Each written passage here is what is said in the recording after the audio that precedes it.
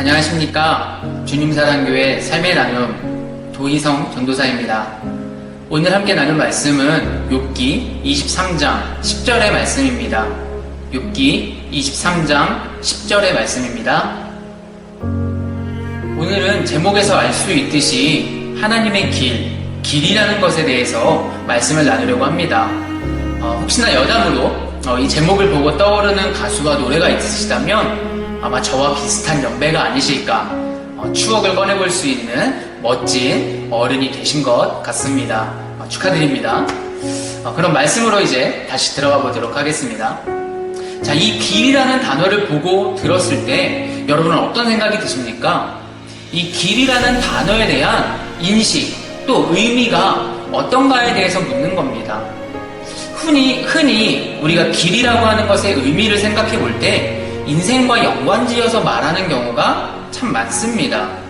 말 그대로의 걷는 길도 있지만 내가 지내온 시간, 내가 살아가고 있는 시간, 또 내가 앞으로 나아갈 시간, 인생이라는 것의 의미에서 이 길을 말하기도 하는 것이죠.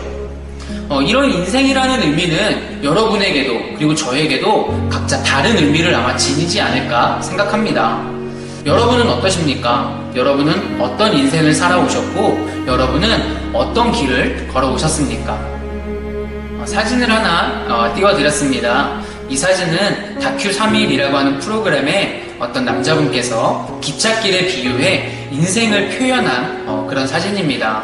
개인적으로는 참 멋진 생각이라는 그런 마음이 들었던 사진이죠.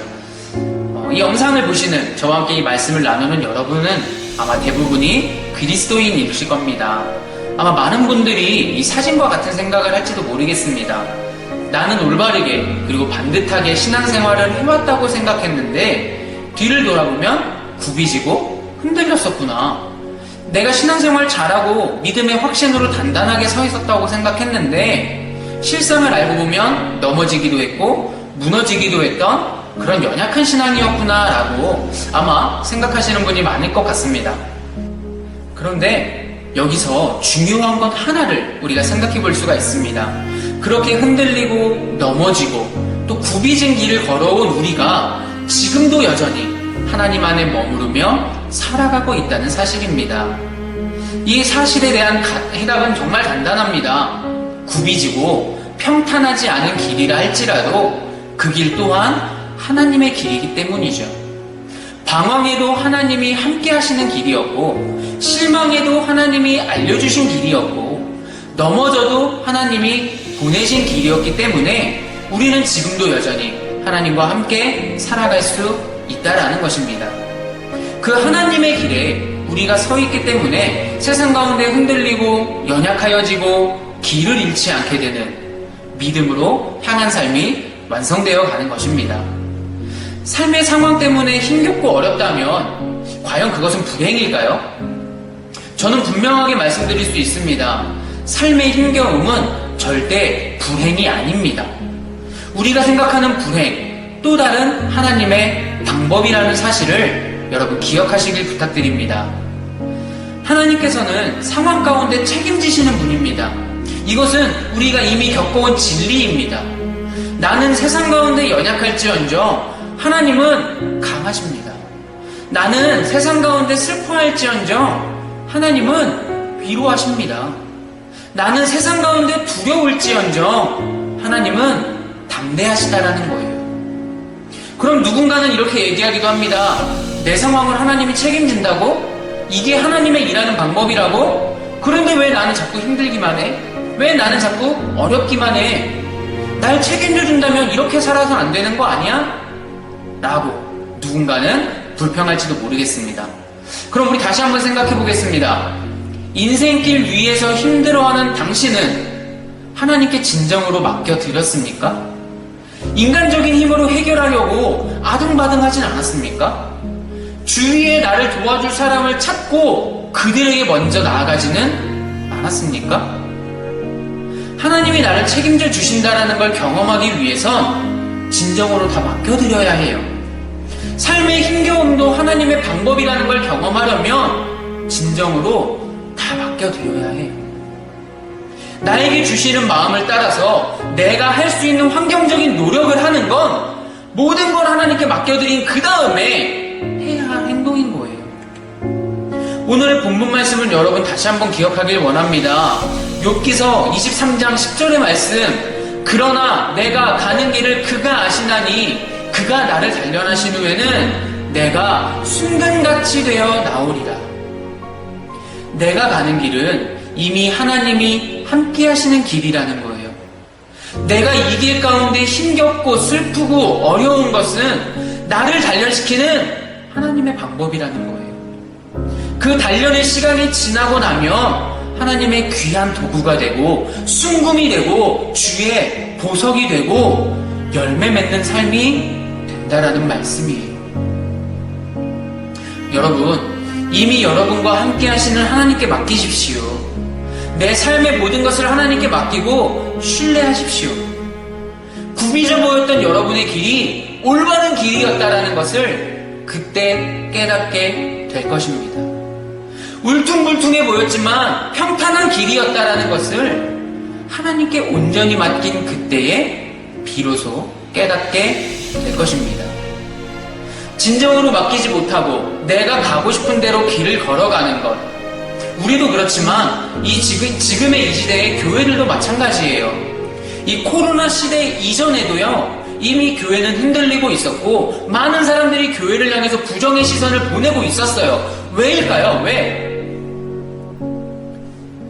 돈의 욕심을 따라서 법정 분쟁까지 일으키는 교회, 쾌락을 따라서 범죄를 저지르는 목회자, 교회 안에서 자신의 세력을 자랑하려는 성도들의 갈등과 분열. 세상에서는 이런 교회의 모습을 가장 먼저 보고 듣고 있습니다. 우리는 어떤가요? 교회 안에서 그들과 함께 살아가는 나는 어땠습니까? 세상 사람들이 나를 바라볼 때도 교회를 바라보는 마찬가지의 시선으로 나를 바라보지 않았습니까?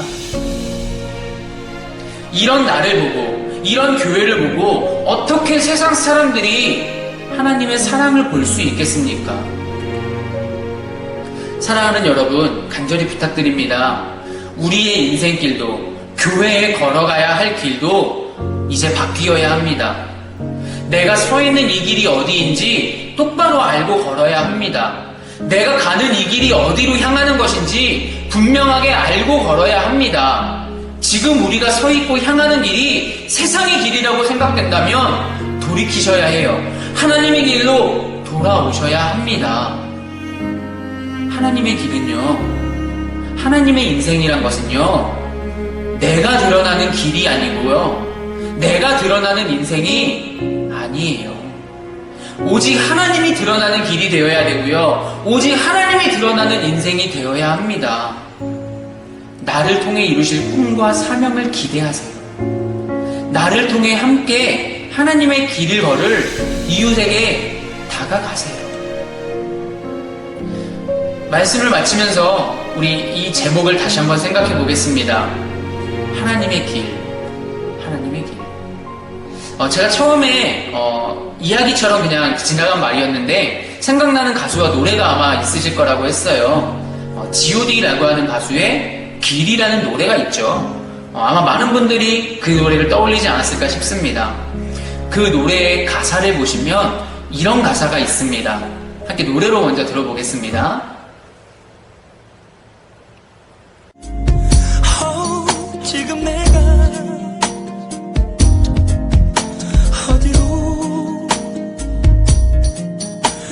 어디로 가는 걸까? 나는 무엇을 위해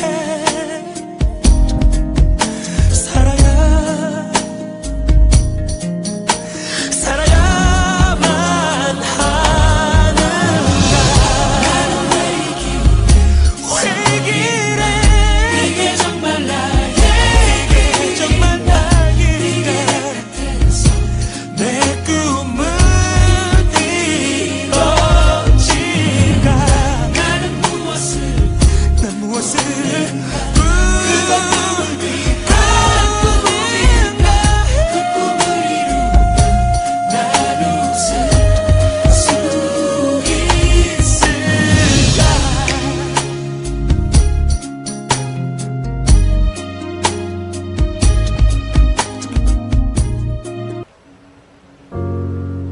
우리는 이 가사와 같은 인생의 고민에 대한 답을 이미 가지고 있습니다.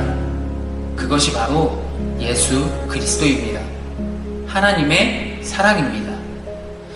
이 인생의 해답을 이미 갖고 있는 우리는 엄청난 축복을 받았다라는 걸 잊지 마시기 바랍니다.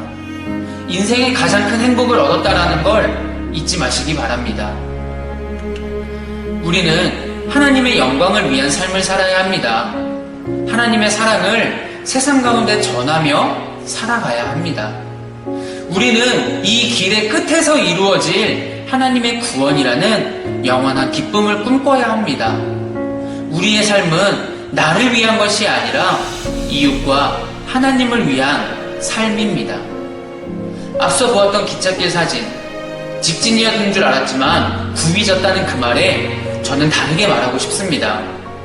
우리의 인생길이 굽이졌다고 느끼며 살아왔지만 사실은 하나님이 함께 하셔서 올바른 길이었다. 저와 여러분의 신앙 고백이 이처럼 주님을 향한 직진의 고백이 되기를 주님의 이름으로 부탁드리며 축복합니다.